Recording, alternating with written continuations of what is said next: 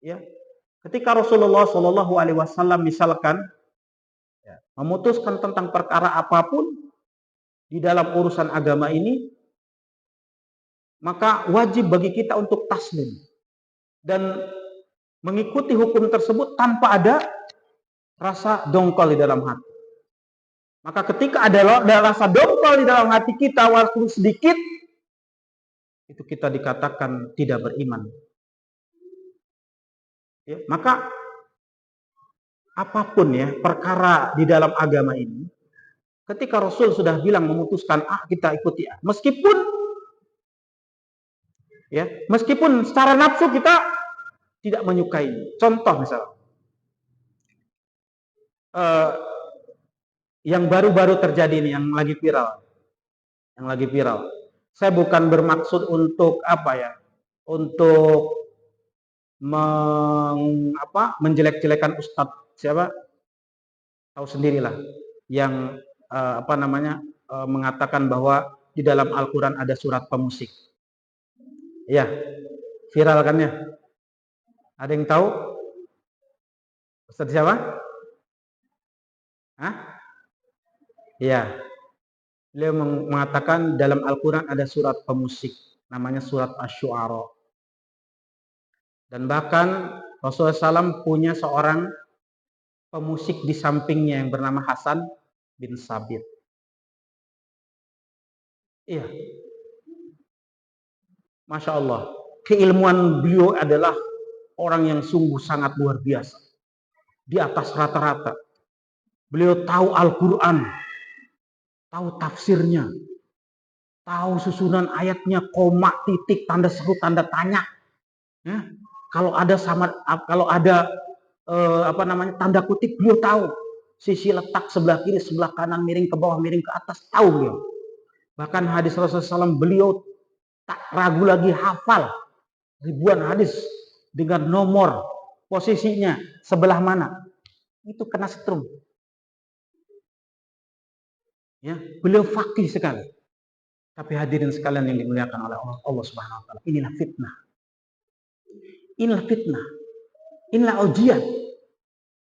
Ujian bagi seorang yang alim.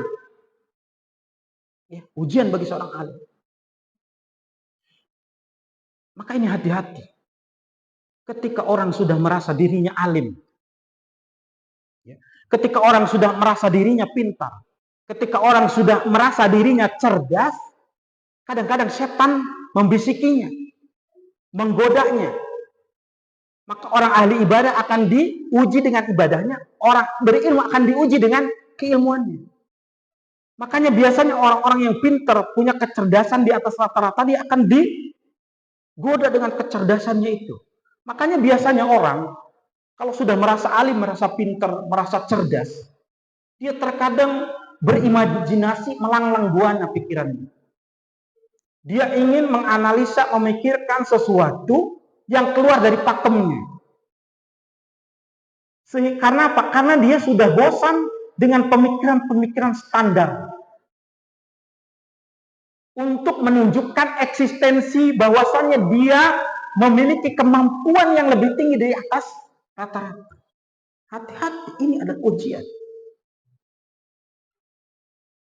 Belum pernah dari zaman Nabi, zaman para sahabat, ahli tafsir, Ibnu Mas'ud, Ibnu Abbas, zaman tabi'in, zaman tabi'ut tabi'in, imam 4 mazhab, sampai ulama mutaakhir yang mengartikan Asy'ariyah sebagai para pemusik, tidak pernah ada dalam literatur Islam, tidak pernah ada dari zaman ke zaman. Tidak pernah ada.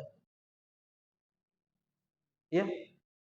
Dan belum pernah ada yang berani mengatakan bahwasanya di samping Rasulullah ada seorang pemusik yang bernama Hasan bin Thabit, seolah-olah Rasulullah adalah orang yang diiringi oleh ajudan pemusik di samping. Kok bisa? Apakah Ustadz, ini mohon maaf, sekali lagi saya bukan mencela. Saya takjub kepada beliau ya. Ini hanya untuk ibrah bagi kita semua. Manakala kita nanti akan memiliki keilmuan, hati-hati jangan sampai kita terjerumus kepada apa yang disebut dengan mencari eksistensi. Apakah Ustadz ini tidak tahu tentang perkara ini? Sehingga dia menyamakan syair dengan musik? Saya yakin tahu. Saya yakin tahu. Syair ya syair. Syair adalah gubahan kata-kata. Dia hanya kata-kata. Musik adalah alat yang disuarakan. Itu musik. Ada musik tanpa syair, ada syair tanpa musik, ada musik berbarengan dengan syair. Saya bilang begini ya. Ini intermezzo aja. Kalau saya misalkan gini ya, nyanyian apa yang tanpa musik? Maher Zain misalkan apa? Yang nggak ada musiknya. Ramadan misalkan ya, nggak ada musik. Ramadan, jelek banget suara saya. Ramadan ya salam. Kebayang nggak? Jelek amat ya suara.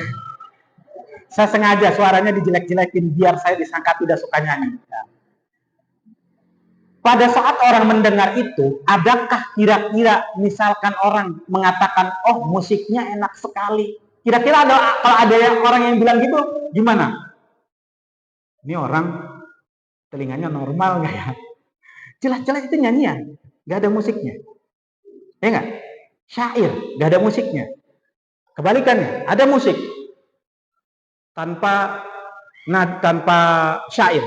Misalkan tong teng tong teng tong teng tong teng tong teng tong teng tong tong teng tong teng tong teng tong teng tong dadang dang deng deng dong. Terus ada orang bilang, enak banget nyanyiannya. Kira-kira aneh gak?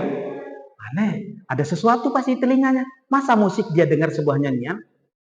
Maka musik ya musik, syair ya syair.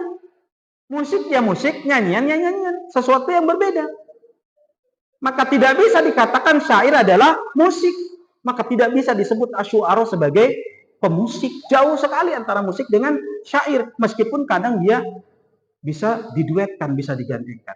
Nah, perkara ini apakah beliau tidak tahu? Saya yakin beliau tahu. Karena beliau adalah orang yang cerdas. Tapi kenapa itu terjadi? Kenapa itu terjadi? Sekali lagi, orang ketika dia merasa diri cerdas, merasa dia alim, maka dia akan biasa keluar dari pakem yang ada, out of the box, melanglang buana, berimajinasi pemikirannya untuk menghasilkan sesuatu yang berbeda dengan apa yang ada, ya, keluar daripada standar untuk menunjukkan eksistensi. Oh, ini loh saya bisa menghasilkan sesuatu yang berbeda dari orang lain. Ini